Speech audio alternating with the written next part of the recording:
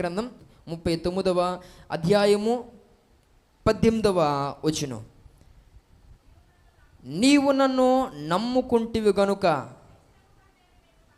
చాలు, నిశ్చయముగా నేను నిన్ను తప్పించదు. నా మాట చూడండి, వినడానికి ఎంత బాగుందో. నీవు నన్ను నమ్ముకుంటివి కనుక. ఈ యొక్క ఎబెద్మెలెకు ఎలాంటి వాడు లేక ఎవరు అని అంటే దేవుణ్ణి నమ్ముకున్నవాడు, దేవుణ్ణే నమ్ముకున్నవాడు. ఈరోజు పిల్లరా చాలామందికి అర్థం కావట్లేదు, కానీ చాలామంది గుర్తించలేకపోతున్నారు. కానీ యేసుక్రీస్తు ప్రభు నిజమైన దేవుడని ప్రతి ఒక్కరూ నమ్ముతున్నారు. దేవుని స్తోత్రం కలుగును గాక. అందుకే కొన్ని స్థలాలకు మనం వెళ్ళినప్పుడు మీరు దేవుని నమ్ముకున్నారా అని ఎవరు అడుగుతున్నారు? చెప్పాలా? దేవుని నమ్మని వారే అడుగుతున్నారు. మరి వాళ్ళు నమ్మేది ఎవరో మరి నాకు తెలియదు. దేవుని నమ్ముకున్నారండి మీరు? మొన్న మీరు దేవుని నమ్ముకున్నారట అంటే అవునండి అని మనం అంటాం, మనసులో మనం అనుకోవాలి, బయటకు అనకూడదు. మరి నువ్వు నమ్ముకున్నదే ఎవరిని అని మనం అనుకుంటే నిజంగా వారికి తెలియకుండా వారు కూడా నీవు నమ్మేటువంటి దేవుని వారు కూడా ఏం చేస్తున్నారు? నమ్ముతున్నారు. దేవుని స్తోత్రం కలుగును గాక. ఈరోజు పిల్లరా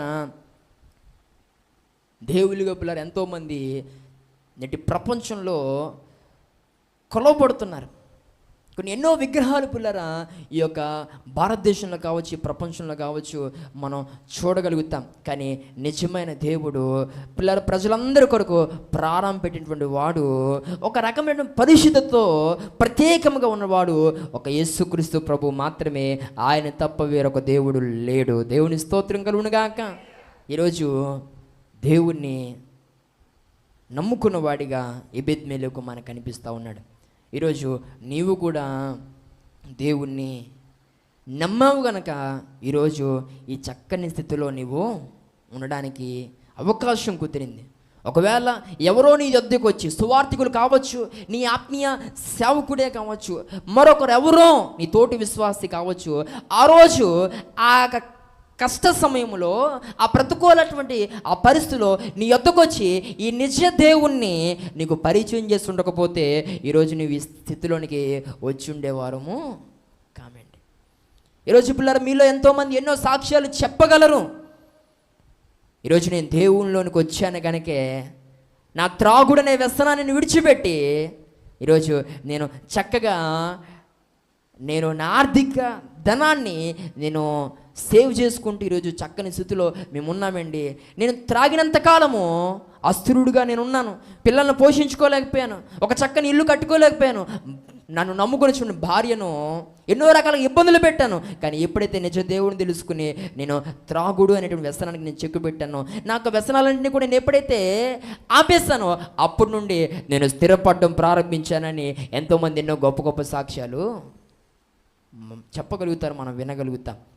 ఈరోజు పిల్లరా మీరు ఎప్పుడైనా విన్నారా? యేసుప్రభు నమ్ముకున్న తర్వాత రోడ్డును పడిపోయానని కానీ, యేసుప్రభు నమ్ముకున్న తర్వాత నా జీవితం ఇలాగ అయిపోయిందని కానీ, యేసుప్రభు నమ్ముకున్న తర్వాత మేమంతా కూడా ఇంతగా బొత్తిగా పాడైపోయామని కానీ, లేకపోతే ఆయా సందర్భాల్లో ఆరాధనలకు వెళ్ళడం ద్వారా, లేక ఆయా స్థలాల్లో జరుగుతున్నటువంటి ఆ పండుగలకు, క్రిస్మస్ లేకపోతే మరొక కార్యక్రమాలకు మేము పాల్గొనడం ద్వారా ఈరోజు మా ఆత్మీయ జీవితాలు ఇంతగా దిగజారిపోతూ వచ్చే, లేక మేము ఈ రీతిలో నాశనం అయిపోయామని ఎవరైనా చెప్పగలరండి?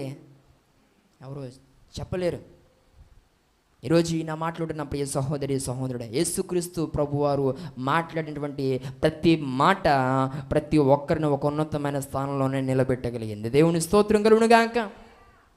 ఆయన చేయమని చెప్పినటువంటి ప్రతి మాట చెప్పును చేసిన వారందరూ కూడా దీవించబడ్డారు. ఆయన మార్గాన్ని అనుసరించిన వారందరూ కూడా తమ కుటుంబాలను కట్టుకోగలిగారు. ఎన్నో రకాలైన ప్రతికూల పరిస్థితి నుండి విడుదల పొందగలిగారు. ఎంతో కాలంగా నీవు కూడా యేసు ప్రభుని గూర్చి వింటున్నావే కానీ ఇంతవరకు ఒకవేళ ఇంకను ఆ అనుభవాన్ని రుచి చూడలేనటువంటి పరిస్థితుల్లో నీవు ఉన్నావేమో. ఈరోజు ఏం మాట్లాడుతున్నా ప్రియ సహోదరి సహోదరుడా, నీవు త్వరలో దేవుని యొక్క ప్రేమను నువ్వేం చేయాలి? రుచి చూడాలి. దేవాతి దేవుణ్ణి నువ్వు తెలుసుకోవాలి, దేవుణ్ణి నువ్వు నమ్ముకోవాలి. దేవుని స్తోత్రం కలుగును గాక. ఒక రకంగా చెప్పాలంటే ఈ యొక్క ఎబెద్మెలెకు దేవుణ్ణి నమ్ముకున్నాడు. అయితే ఈ యొక్క ఎబెద్మెలెకు ఎవరు అని అంటే సిద్కియా యొక్క సేవకుడు. ఒక రకంగా చెప్పాలంటే సిద్కియా దేవుణ్ణి నమ్మలేనటువంటి పరిస్థితిలో ఉన్నాడు. కానీ సిద్కియా యొక్క సేవకుడు అయినటువంటి ఈ యొక్క ఎబెద్మెలెకు దేవుని నమ్ముకున్నవాడిగా ఉన్నాడు. దేవుని స్తోత్రం కలుగును గాక. ఈరోజు నా మాటలు వింటున్న ప్రియ సహోదరి సహోదరుడా, ఈ యొక్క ప్రపంచంలో పిల్లరా, లేక ఈ భారతదేశంలో కావచ్చు, ఆయా స్థలాల్లో కావచ్చు, ఆయా ప్రాంతాల్లో కావచ్చు, సమాజంలో కొంతమంది యవనస్తులు బాగుపడుతున్నారంటే అది కేవలము దైవజనుల ప్రాంతములకు అడుగు పెట్టిన విధానాన్ని బట్టి. దేవుని స్తోత్రం కలుగును గాక. ఈరోజు ఎన్నో ప్రాంతాలు పిల్లరా శిథిలమైపోయేటువంటి పరిస్థితులు. అలాంటి ప్రాంతాలకు పిల్లరా దేవుని యొక్క దర్శనము ద్వారా, దేవుని యొక్క ప్రేరణ ద్వారా ఎవరో ఒక దైవజనుడు ఆ స్థలానికి వెళ్ళి అక్కడ ప్రార్థనలు చేయగా, అక్కడ ప్రార్థనలు పెట్టగా ఆ ప్రాంతంలో ఉన్నటువంటి కొంతమంది ప్రజలు నిజ దేవుని తెలుసుకుని తమ చెడు మార్గాలు విడిచి కుటుంబాలను కట్టుకుని ఈరోజు బాగుపడినటువంటి అలాంటి కుటుంబాలు ఎన్నో ఉన్నాయి. అలాంటి గ్రామాలు, అలాంటి రాష్ట్రాలు, అలాంటి పిల్లల దేశాలు ఎన్నో ఉన్నాయి. ఈరోజు నా మాట్లాడుతున్న ప్రియ సహోదరి సహోదరుడా, అర్థం చేసుకోవాలి. ఇకనుండైనా దేవుని మీద నీ విశ్వాసాన్ని పెంచుకో. దేవుణ్ణి నువ్వు నమ్మగలిగితే ఖచ్చితంగా అది నీకు ఎంతో దీవెన ఆశీర్వాదకరం. దేవుని స్తోత్రం కలుగును గాక. ఈరోజు కొంతమంది పర్సనాలిటీ డెవలప్మెంట్ టీచర్స్ కొంతమంది ఉంటారు. వీళ్ళు చెప్పేటువంటి మాటలు ఏంటనంటే, నీవు దేవుణ్ణి నమ్మొద్దు, మరొకరెవరిని నమ్మొద్దు, నిన్ను నువ్వే నమ్ముకో, నిన్ను నువ్వే నమ్ముకో, దేవుని నమ్మొద్దు, మనుషులు ఎవరిని నమ్మొద్దు, వీళ్ళెవ్వరూ నమ్మకస్తులు కాదు, నిన్ను నువ్వే నమ్ముకో అనేటువంటి బోధలు నేటి దినాల్లో కొంతమంది చేస్తున్నారులేండి. ఈరోజు నా మాట్లాడుతున్న ప్రియ సహోదరి సహోదరుడా, నిన్ను నువ్వు నమ్ముకోవడం ద్వారా నీకు ఉపయోగం లేదు, నువ్వు మరొక వ్యక్తిని నమ్మడం ద్వారా నీకు ప్రయోజనం లేదు, కానీ దేవుని నమ్మితే నీకు అది ఎంతో దీవెన. దేవుని స్తోత్రం కలుగును గాక. ఈ యొక్క మధ్యాహ్నకాల సమయంలో ఈ మాటలు వింటున్న నా ప్రియ సహోదరి సహోదరుడా, మనమందరమును దేవుని నమ్మేటువంటి వారిగా మనము ఉండటం చాలా చాలా ప్రాముఖ్యం. దేవుని స్తోత్రం కలుగును గాక. నమ్ముదామా ఇక్కడ నుండి దేవుణ్ణి? ఎలా నమ్ముదాం? ఆల్రెడీ నమ్ముకున్నాం కదండి అని అంటే, అంత నమ్మకం నీలో ఉంటే ఈ పాటికి ఎన్నో గొప్ప గొప్ప కార్యాలే మన జీవితాల్లో జరుగుతూ వచ్చి ఉండేవి. దేవుని స్తోత్రం కలుగును గాక. ఇక నుండి దేవుని పట్ల నీ నమ్మిక ఏమవ్వాలి? పెరగాలి. దేవుని పట్ల నీ విశ్వాసం పెరగాలి. దేవుని పట్ల నీకున్నటువంటి ఆ ఆత్మీయత లేక ఆ భక్తి అనేది పెరిగితే ఖచ్చితంగా అది రాబోతున్న దినాల్లో నీకు దీవెనగా మారుతుంది అని దేవుని ఒక సేవకునిగా నేను తెలియజేస్తున్నాను. దేవుని స్తోత్రం కలుగును గాక. ఈరోజు నేను మాట్లాడుతున్న ప్రియ సహోదరి సహోదరుడా, యేసుక్రీస్తు ప్రభువారు ఈ లోకానికి రావడం ద్వారా, ఆయన అమూల్యమైన విషయాలు చెప్పడం ద్వారా ఎంతో ఎంతో ఎంతో మార్పు ఈ యొక్క ప్రపంచంలో చోటు చేసుకుంది.